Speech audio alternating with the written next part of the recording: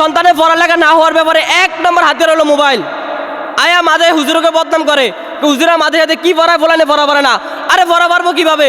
বাসা যাওয়ার পরে তো একটা গজবের মোবাইল আমরা হাতে দিয়ে দেন, ফলানে মোবাইল দিলে ভাত খায় না। আরে ভাত না খাইলে না খাইবো, মোবাইল দিব কি জন্য? অভ্যাস করছেন। 1 নম্বর ফলাফল খারাপ হওয়ার কারণে 1 নম্বর হলো মা। আমার মাথা কেউ কষ্ট নিয়েন না। 1 নম্বর ফলাফল নষ্ট হওয়ার ব্যাপারে 1 নম্বর অধিক হলো মা। হুজুর কি করবো, ফলাফল কান্দে খানা খায় না। এমন ফলান দরকার নেই যে ফলানে মোবাইল না দিলে খানা খাইব না। আপনি কেমন ফলান তৈরি করছেন যে ফলান মোবাইল না দিলে খানা খাইবে না? এই 1 নম্বর কাজ হলো মাদ্রাসা যে পড়ানো এরকম না। আমরা মাদ্রাসা গরুর ঘাস কাটতে আসি নাই, আমরা মাদ্রাসা ফলাফলে পড়ানোর জন্য আসি। এখন বাসা থেকে আমাদের কাছে কমপ্লেন আসে, হুজুর আপনারা কি ফলান পারে না। পড়া পারবো কিভাবে? আপনি একজনকে জিজ্ঞাসা করছেন, এই আজকে মাদ্রাসা কি পড়াইছে? যাওয়ার সাথে সাথে তুমি কি পড়ছো আমাকে শোনাও।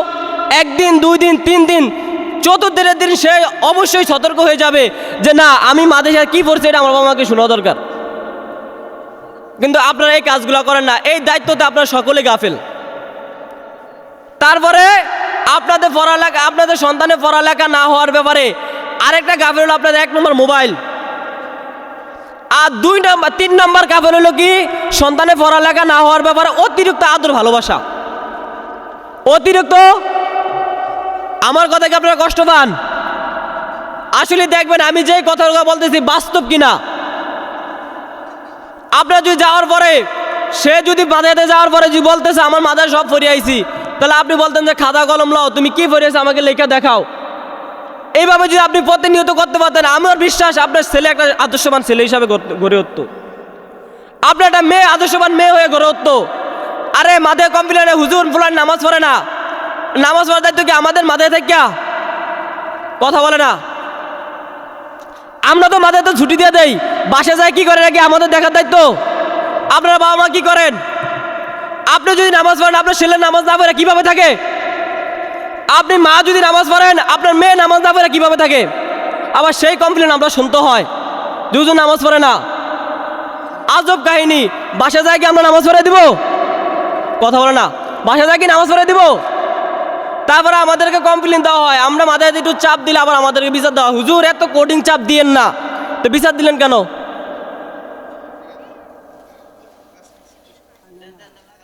কথা কি শোনা যায় এখানেতে? তাহলে বিচার দিলেন কেন? মাদ্রাসার শিক্ষকরা যদি শাসন না করে, তাহলে আপনার ছেলে আদর্শবান ছেলে হবে না, একটা বেয়াদবে পরিণত হবে। মাদ্রাসার শিক্ষকদেরকে যদি আপনার ছেলেকে ভয় না পাওয়া শিখান, তাহলে কি এলেম শিখবে শিক্ষক থেকে? আজকে দেখা যায় ছাত্রদের সামনে শিক্ষককে এমন এমন কথা বলে, শিক্ষকরা কলা নিচু দিয়ে চলে যেতে হয়। তাহলে ওই শিক্ষকটা, ওই ছাত্ররা কি ওই শিক্ষককে সম্মান করবে? ভয় পাবে? তা ওই শিক্ষক থেকে ওই কি জ্ঞান নিবে, কি এলেম শিখবে? এই জন্য আপনারা এগুলা কিছু করবেন না। আমি সিম্পল একটা ঘটনা শোনাই। আমি ঢাকাতে এক বাসায় ফেরাইট পড়াইতাম। একটা মেয়ে মাত্র 7-এ পড়ে। কিসে পড়ে? সকালবেলা 8টা বাজে স্কুলে যায়, 1টা বাজে স্কুল ছুটি হয়। যাওয়ার পরে বাসায় খাওয়া দাওয়া করে গোসল করে 1 ঘন্টা ঘুমায় 2টা থেকে 3টা পর্যন্ত। তারপর থেকে তার একটা টিচার আছে, তাকে ইংলিশ পড়ায় 4টা পর্যন্ত। তারপর আরেকটা টিচার আছে, তাকে হাতের লেখা শেখায়। তারপর আরেকটা টিচার আছে, তাকে বাংলা পড়ায়, বাংলা। তারপর আরেকটা টিচার আছে, সে তাকে কি পড়ায়? গণিতের ক্লাস নেয়। তারপরে আমার একটা ক্লাস ছিল আধা ঘন্টা, আমি কোরআন শরীফ পড়াইতাম। তা আমি জিজ্ঞেস করলাম, তুমি ঘুমাও কতক্ষণ? তোমার তো কোনো বিশ্রামের কোনো সময় নাই। কই হুজুর তাই নয়, আপনি যাওয়ার পরে এখন আবার আমার আম্মু বসবে আমি কি পড়ছি সবাইকে শোনার জন্য। তো এই সন্তান মানুষ হবে না, আপনার আমার সন্তান মানুষ হবে? আপনারা এই দায়িত্বতে সবাই গাফেল, সবাই গাফেল। আমাদের থাকে কতক্ষণ? 24টা ঘন্টা তো আপনাদের থাকে।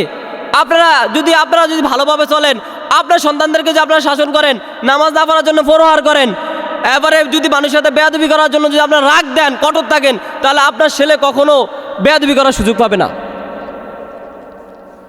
আরেকটা হক, আপনারা মাদ্রাসায় পড়ান, প্রত্যেক মাসে আসে আমাদের থেকে পড়ার হিসাব নেবেন। আমরা পড়াবার হিসাব দিতে বাধ্য যে আমরা কি পড়াইছি দেখেন। কিন্তু আজব কাহিনী, আজ পর্যন্ত আমরা এমন একটা গার্ডিয়ান পাইলাম না যে আয়সা আমাদেরকে বলবে হুজুর আপনারা কি পড়াইছেন, আমাদেরকে পড়া হিসাব দেন। আজব কাহিনী, এটা কোনো পড়ালেখা? আপনারা সন্তান তো মাথাতে ভর্তি করে দিচ্ছেন, এই মনে হচ্ছে আপনার দায়িত্ব শেষ। আর না দায়িত্ব তো এই জায়গা থেকে শুরু হয়েছে সবাই শিখে এরকম না, কিছু শিক্ষা বাবা মার থেকে শুরু হয়, কিছু আদর্শ বাবা মার থেকে দেখে শিখে। আরে দেখতেছে বাবা বাবা ছেলের সামনে গালিগালাজ করতে আছে, ছেলে কি শিখবে? ভদ্র ভাষা শিখবে? এই জন্য আপনারা এগুলা কিছু করবেন না। আরেকটা কাজ হচ্ছে কি জানেন, আপনারা যদি পোলাপানের ফলা ভালো দেখতে চান তাহলে এমন একটা প্রতিষ্ঠান সিলেক্ট করেন যে প্রতিষ্ঠান থেকে যে আমার এই জায়গা থেকে পড়া শেষ না হওয়া পর্যন্ত আমার একটা ছেলেকে আমি এই জায়গা থেকে নিব না। আপনারা যদি ঘন ঘন প্রতিষ্ঠান শেষ করেন, দেখেন এক এক মাদ্রাসার সিলেবাস এক এক রকম, এক এক মাদ্রাসার বই এক এক রকম। আমরা যে ডেবাসে পড়াইতেছি আপনি আমাদের থেকে নিয়ে গেলেন, দুঃখ নাই, কিন্তু আপনার ছেলেটাকে নিয়ে গেছেন, নিয়ে যাওয়ার পরে তাকে কি করবে, আবার ওই জায়গা থেকে একটা ধাক্কা খাইবে। এটা কি খাইবে? ধাক্কা খাইবে। ধাক্কা খায় সে কিন্তু দেখবেন ভয়ে 2-3 মাস কোনো তার পড়ালেখাই নেই।